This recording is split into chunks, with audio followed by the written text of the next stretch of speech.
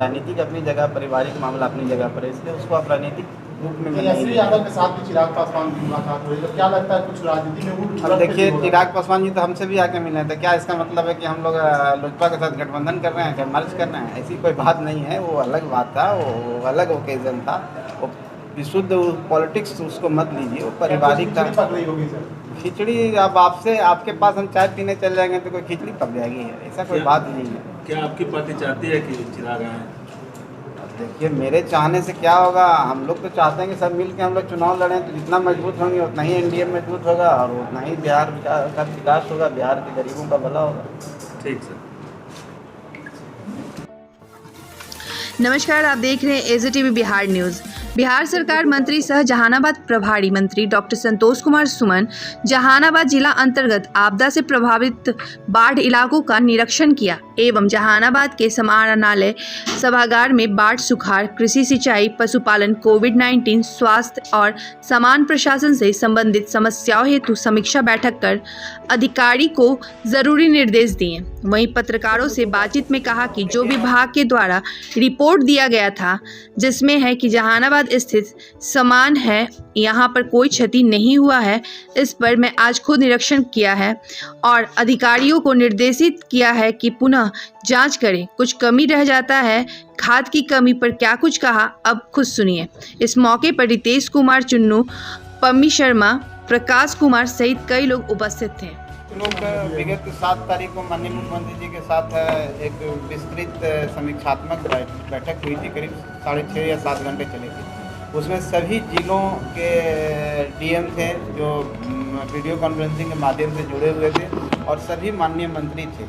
उसमें खास करके बाढ़ और सुखाड़ से जो स्थिति उत्पन्न हुई है, चाहे जो क्षति हुआ, उसकी क्षतिपूर्ति है, उसका आकलन करने के लिए बनाया गया था। वहाँ पर जो मीटिंग में, जो समीक्षा में कुछ ऐसी बिंदुओं था जिस पर कुछ डिस्पैरिटी नज़र आया। कहने का मतलब है कि जो आपदा प्रबंधन का जो आंकड़ा था, जो कृषि विभाग का आंकड़ा था, उसमें कुछ मिसमैच हो रहा था। माननीय मुख्यमंत्री जी ने बोला कि ये कहीं ना कहीं कुछ एक साथ नहीं हो रहा, कुछ गड़बड़ स्थिति ऐसी लगता है कि कुछ सही तरीके से रिपोर्ट नहीं आया है जिले से। तो उन्होंने निर्देशित किया हम लोगों को, माननीय मुख्यमंत्री जी ने, कि आप सब फिजिकली जा करके वहाँ पर देखें और पुनः आकलन करवाएं। उसके बाद जो भी होगी सही बात होगा, उसको करके हम लोग और भी उसमें सुधार कर सकते हैं। अगर किसी को मुआवजा देने की बात हो कहीं पर, जैसे जहानाबाद ज़िले में हमने देखा जो रिपोर्ट है उसमें है कि कोई क्षति नहीं उस तरह से जिसको मुआवजा दे सकते हैं। किसी पशु के कोई क्षति नहीं हुआ, किसी मानव को कोई क्षति नहीं हुआ है। यहाँ पर स्थिति एकदम सम्मान है, लेकिन फिर भी हमने कहा कि बहुत अच्छी बात है कि जहानाबाद में स्थितियाँ सम्मान है।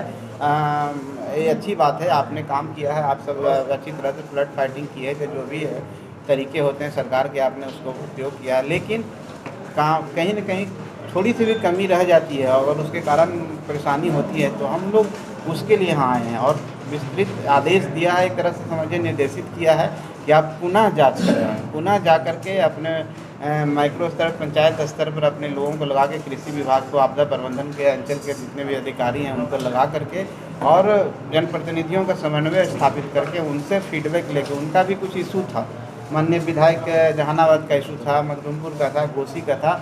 उन लोग हमारे जो सरकार का जो आंकड़ा उससे उनकी भिन्नता थी। हम कहें भिन्नता नहीं रहनी चाहिए, भिन्नता को मिटाइए और उनका जो फीडबैक है उनके साथ लेकर के, उनसे बात करके उस स्पॉट पर जा कर के देखिए। अगर ऐसी कोई बात है तो सरकार उसका काम करेगी, वो आएगा, रिपोर्ट में क्यों नहीं आएगा। बस यही हम लोग का था कि जिले में खाद की किल्लत है। देखिए, खाद की किल्लत पर हमने डीएम साहब को बोला है और डीएम साहब आज ही बोले हैं कि हम कल करके बात करके आपको रिपोर्ट देंगे। कुछ लोगों के द्वारा हमारे पास फ़ोन के माध्यम से भी एक खबर आई थी, उस पर हम लोग टेलीफोनिक भी बात किए थे डीएम साहब से, और डीएम साहब से आज भी बात किए हैं। कल वो बोले हैं कि सारा चीज़ आपको जो भी परेशानी है, किल्लत है, जो हम बताएँगे और कैसे हम सुधार कर सकते हैं तो हो जाएगा। निश्चिंत रहिए, 1-2 दिन में इस समस्या का समाधान होगा। सर, चाचा भतीजा का मिलन हुआ है रामविलास जी के तरफ से, क्या लगता है कि एक बार फिर चिराग जी का एनडीए में वापसी होगी? देखिए, अब तो ये चिराग जी बता सकते हैं या चाचा भतीजा का जो मामला है वो बता सकते हैं। हम तो इतना ही कहेंगे, देखिए वो मिलन एक सार्वजनिक है। एक माननीय रामविलास पासवान जी का प्रथम पुण्यतिथि था, तो उस पर लोग मिले हैं, उसको आप उस तरीके से नहीं ले सकते हैं। वो तो पारिवारिक मामला है, राजनीतिक अपनी जगह, पारिवारिक मामला अपनी जगह पर है, इसलिए उसको आप राजनीतिक रूप में तेजस्वी नहीं। यादव के साथ भी चिराग पासवान की मुलाकात हुई, तो क्या लगता है कुछ राजनीति में वो अब देखिए, चिराग पासवान जी तो हमसे भी आके मिले थे, क्या इसका मतलब है कि हम लोग लोजपा के साथ गठबंधन कर रहे हैं, क्या मर्ज कर रहे हैं? ऐसी कोई बात नहीं है, वो अलग बात था, वो अलग ओकेजन था, वो विशुद्ध पॉलिटिक्स उसको मत लीजिए, वो पारिवारिक था। पक रही होगी सर। खिचड़ी अब आपसे आपके पास हम चाय पीने चल जाएंगे तो कोई खिचड़ी पक जाएगी, ऐसा कोई बात नहीं है। क्या आपकी पार्टी चाहती है कि चिराग आए? अब देखिए, मेरे चाहने से क्या होगा, हम लोग तो चाहते हैं कि सब मिल के हम लोग चुनाव लड़ें, तो जितना मजबूत होंगे उतना ही एनडीए मजबूत होगा और उतना ही बिहार का विकास होगा, बिहार के गरीबों का भला होगा। ठीक सर।